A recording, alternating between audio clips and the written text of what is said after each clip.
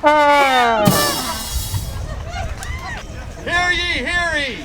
In Congress, July 4, 1776, this is the unanimous declaration of the 13 United States of America in the General Congress assembled.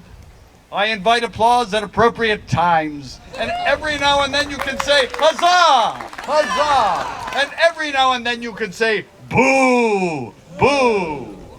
When, in the course of human events, it becomes necessary for one people to dissolve the political bands which have connected them with another, and to assume among the powers of the earth the separate and equal station to which the laws of nature and nature's God entitle them, a decent and respect to the opinions of mankind requires that they should declare the causes which impel them to the separation. We hold these truths to be self-evident, that all men are created equal. Huzzah! That they are endowed by their Creator with certain unalienable rights. Hurrah! Among them, these are life, liberty, and the pursuit of happiness. Huzzah! That to secure these rights, governments are instituted among men, deriving just powers from the consent of the governed. Yes, when any form of government becomes destructive of these ends, it is the right of the people to alter or to abolish it, and institute new government, laying its foundation on such principles and organizing its powers in such form as to them shall seem most likely to affect their safety and happiness.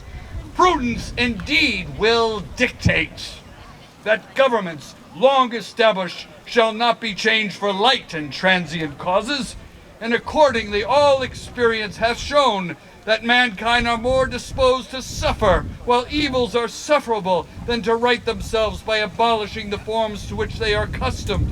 But when a long train of abuses and usurpations, pursuing invariably the same object, evinces a design to reduce them under absolute despotism, it is their right, it is their duty to throw off such government. Huzzah! And to provide new guards for their future security.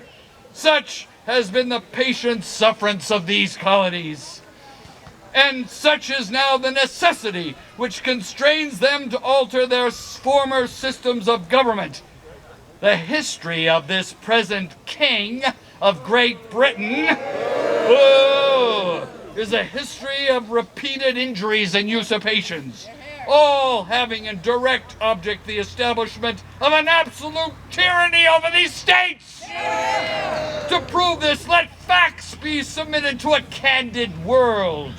He has refused his assent to laws, the most wholesome and necessary for the public good. Boo! He has forbidden his governors to pass laws of immediate and pressing importance unless suspended in their operation till his assent should be obtained. And when so suspended, he has utterly neglected to attend to them. He has made judges dependent on his will alone for the tenure of their offices and the amount and payment of their salaries. He has affected to render the military independent of and superior to the civil power, for imposing taxes on us without our consent, for depriving us in many cases of the benefits of trial by jury. Boo! In every stage of these oppressions, we have petitioned for redress in the most humble terms. Our repeated petitions have only been answered by repeated injury. A prince whose character is thus marked by every act which may define a tyrant is unfit to be the ruler of a free people. Yeah.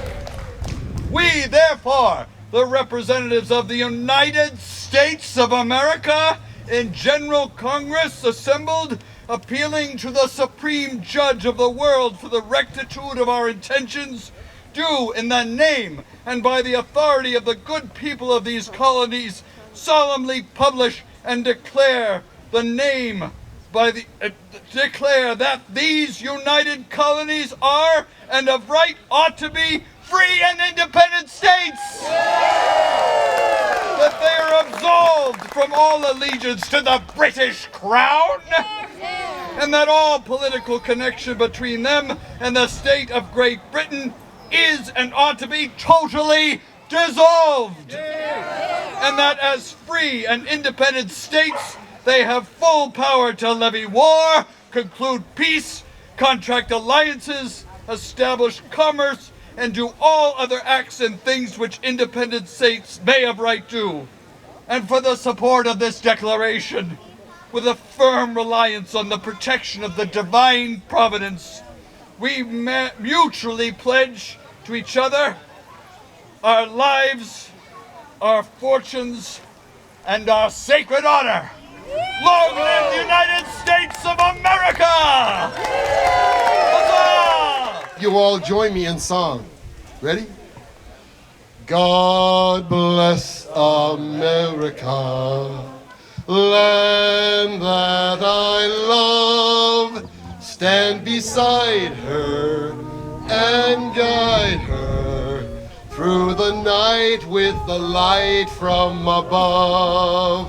From the mountains to the prairies, to the oceans white with foam. God bless America, my home, sweet home. God bless America, my home, sweet home. Thank you very much. Do I get a huzzah? Thank you. Excellent. Thank you. That was phenomenal. Now let's give one more round of applause to Dan Kelly and Coach Mike Fay. Excellent, excellent. My name is Michael Daugherty, your Ipswich Select Board member, and I am happy to be the Master of Ceremonies for today's wonderful events. And right now I'd like to go through a list of thank yous for all of those people who were able to make today happen. Starting off, Dan Kelly, who read the Declaration of Independence. Coach Mike Fay from Campus Ipswich, who led us in the patriotic tune, God Bless America. I'd like to thank Jiggle the Handle, the Dixieland Band, for providing us with fantastic music throughout the event. I'd like to thank all of the members of the First Presbyterian Church for all the funds, games, and refreshments that they provided for today's events. All of the servicemen and women from the Ipswich Fire Department for that wonderful event.